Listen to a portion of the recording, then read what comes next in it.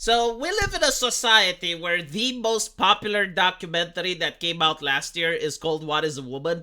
And that is because people from California, yeah, literally cannot define what a woman is anymore. The knowledge is lost, the golden age of mankind is lost, and people in the past used to know, but now literally no one from California, yeah, can give the definition of what a woman is. And I assume by extension they also can't give the definition of what a man is. But they will constantly lecture us about toxic masculinity, right? So they can't define what masculinity is, but they know that toxic masculinity is bad, that it has to be represented everywhere, and you cannot have a video game with a male character without addressing the issue of toxic masculinity. So every single time they talk about God of War, they're like, oh, Kratos, oh, the toxic male. The toxic male has been fixed. We have fixed Kratos. And this is much to the dismay and horror of the original creator of God of War, which, by the way, is also a progressive individual, but he basically says that he created Kratos as an anti-hero. Like, he's supposed to be a monster that the player doesn't relate with, because it causes this interesting dynamic where you get to play as a monster and it gives you like certain feelings and emotions that you don't get when you play a game as the hero. And he also says the fact that no, a character should not grow up, right? Because this is like the obsession that the modern developers had with Kratos, that he needs to grow up. And they view the original Kratos as immature. So now that the developers consider themselves to be mature, they want Kratos to grow up with them. Which is an entirely wrong way of thinking, because Kratos is a fictional character and he appeals indeed to the teenager. Like he is part of the shonen genre. And if you make fictional characters grow up, then what do the new generation of teenagers have? Like when we grew up, we had our characters, right? We had our Kratoses and Lara Crofts and all of that. But should Lara Croft ever become old? Should Kratos ever become an old man? Because if yes, then surely, his stories may relate with older people. But what do the teenagers have left?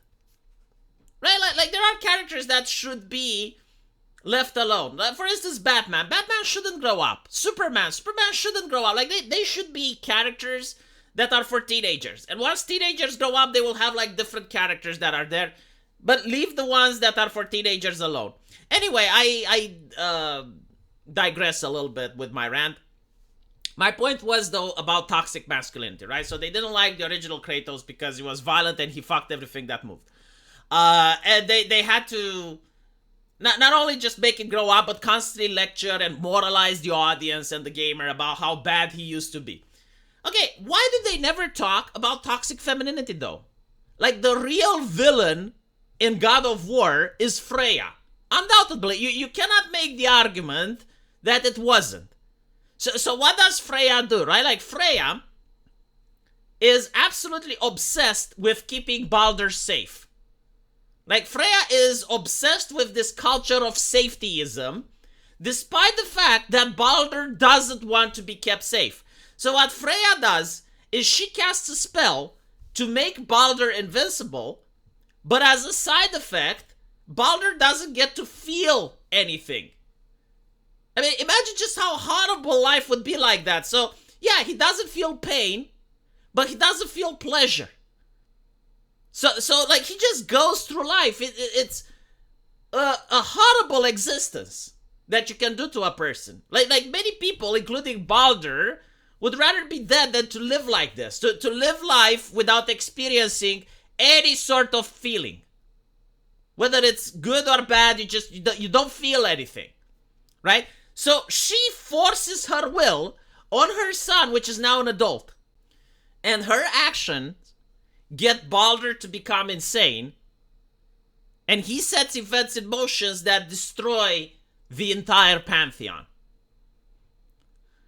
And I'm not going to say that the game doesn't cast some blame on Freya, but the whole story is about, no, like, Freya is actually the victim. She's the victim of Odin, and Kratos did her wrong by killing Baldur, and Kratos only killed Baldur in order to save her life. But like, the evil of Kratos is the centerpiece, right? Like, the toxic masculinity is the centerpiece, And even though you have like an example of pure what can be considered as toxic femininity, like the culture of extreme safetyism and helicopter parenting that she does, that is just like on the side. It's like a by the way, yeah, but she's justified, yeah, but like, and it's very fascinating. And the more I think about it, yeah, like she is the worst villain, and the reason she is the worst villain is because it's so relatable. Like it is definitely relatable that there are many examples of this culture of extreme safetyism that is one of the most toxic things that I can imagine. It's when you force someone else to be safe. Because the reality is, like, most people don't want to be safe. Like some people like a little bit of an adrenaline rush. Certain people do believe that life is worth living, and in order to experience that fully, you have to assume a little bit of danger. But you have like other individuals that go, no, you're not allowed. No, you can't do this because it's not safe. And you get to see what happened with Balder, who lived a life of perfect safety. He just doesn't want to live it anymore. And in reality, he's absolutely invincible. Like, nothing can harm him, nothing can hurt him. And the only time that Balder is happy in the game is when you finally break the magic at the ending and he gets to actually feel stuff. And even though he is being hurt and he's being impaled by Loki's arrows, he's still happy because, oh my god, finally I get to feel something. Much to the horror and dismay of Freya. Right? But I think it's not politically correct to talk about that. Like, it's not politically correct to have a female character that's a villain. And not only that, but it's a relatable villain. And this is why I never liked Freya. I didn't like her in the sequel. I hated the fact that she's an ally. I hated the fact that you have to work with her. I was like, no. Why do I have to work with her? Why is the game forcing me to work with her? She's a horrible person. And the reason she's horrible is not just because, like, she did the thing, but she is horrible because she doesn't regret doing the thing. Like, she doesn't even understand or regret the fact that she ruined Baldur's life. And when it finally does sink in a little bit, she blames Odin for it. She blames Odin. It's not her, right? It's Odin's fault. He somehow manipulated or pushed her into doing this. And it ruined the relationship that she had with her son, and eventually, it ended up with Kratos killing him. And it's like, that is like the perfect villain. That is so relatable. Like, we know people like that in real life. We know people like that like to impose their will upon others. And when it turns out that the other person doesn't like it, they don't care.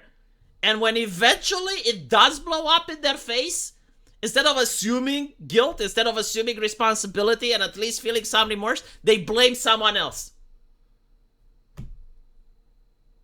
Then, of course, the game is now going to admit to that. Again, it's fascinating how they can have that in the game and at the same time not focus on it and not realize that, yeah, Freya and Kratos definitely deserve each other. Let me know what you guys think, though. And as usual, I will see you in the comment section. Take care.